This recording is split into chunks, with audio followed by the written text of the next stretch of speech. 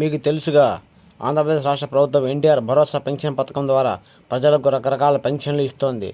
ఇలా రాష్ట్రంలో దాదాపు 64 లక్షల మందికి పెన్షన్ పొందుతున్నారు. వీరిలో ముసలి వారికి ఇచ్చే పెన్షన్ నెలకు 4,000 ఉండగా, దివ్యాంగులకు నెలకు 6,000, పూర్తిగా దివ్యాంగులు అయితే వారికి నెలకు 15,000 పెన్షన్ ఇస్తోంది.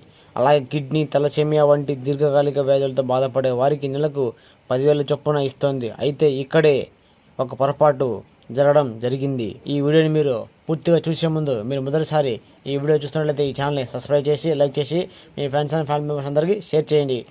అలాగే చాలామంది నా వీడియో చూస్తున్నా కానీ ఎవరు సబ్స్క్రైబ్, లైక్ చేయట్లేదు. మరలా మీరు ఎన్ని లైకులు చేస్తే అంత సపోర్టు నాకు వస్తుంది.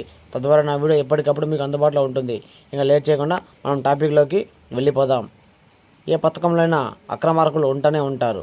ప్రభుత్వం మంచి ఉద్దేశాన్ని నీరుగార్చుతూ కొంతమంది అక్రమార్కులు ఈ పెన్షన్ పొందుతున్నారు. వారికి అర్హత లేకపోయినా తాము దివ్యాంగులమని చెప్పుకుంటూ వారి లబ్ధి పొందుతున్నారు. దీనివల్ల రాష్ట్ర ఖజానాపై భారం పడుతోంది. అసలే మనీ లేక తలలు పట్టుకుంటున్న ప్రభుత్వానికి ఇలాంటి అక్రమార్కుల వల్ల సమస్య మరింత పెరుగుతోంది. అందుకే సర్కార్ యాక్షన్ మొదలుపెట్టింది. ఏపీలో బోగస్ సర్టిఫికేట్లతో పెన్షన్ పొందుతున్న వారికి ప్రభుత్వం షాక్ ఇవ్వబోతోంది.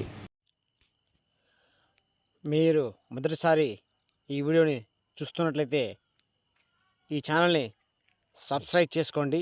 సబ్స్క్రైబ్ చేసిన తర్వాత ఈ వీడియోని లైక్ చేసి పక్కనే ఉన్న బెల్ సింబల్ని యాక్టివేట్ చేసుకోండి. తద్వారా నా వీడియోలు ఎప్పటికప్పుడు మీకు నోటిఫికేషన్ వస్తూ ఉంటాయి. Thank you. రాష్ట్రంలో 8 లక్షల మంది దివ్యాంగులు పెన్షన్ తీసుకుంటుండగా వారిలో చాలామంది అనర్హులు ఉన్నట్లు అధికారులు ఈ మధ్య గుర్తించారు. వారికి నోటీసులు కూడా పంపారు. మొత్తం 60,000 మంది మళ్ళీ వైకల్య పరీక్షలు చేయాలని అధికారులు డిసైడ్ అయినట్టు సమాచారం. అవి జరిగితే వారిలో ఎంతమంది అక్రమార్కులు ఉన్నారో తెలియపోతుంది. దివ్యాంగులే కాదు, మిగతా పెన్షన్లోనూ అక్రమార్కులు ఉన్నారు. వారికి అర్హత లేకపోయినా వారికి ప్రతి నెల పెన్షన్ తీసుకుంటూ ప్రభుత్వానికి భారం పెంచుతున్నారు. వారందరినీ తొలగించేందుకు ప్రభుత్వం రెడీ అవుతోంది. ఇదే విషయాన్ని మంత్రి DBGV స్వామి కూడా చెప్పారు. భోగ సర్టిఫికేట్లు పెడితే పెన్షన్ ఆపేయాలని ఆదేశించారు. ఇది వరకు డిప్యూటీ సీఎం పవన్ కళ్యాణ్ కూడా పెన్షన్ల అంశాన్ని మళ్ళీ పరిశీలించి అక్రమంగా పొందుతున్న వారిని తొలగించాలని అన్నారు.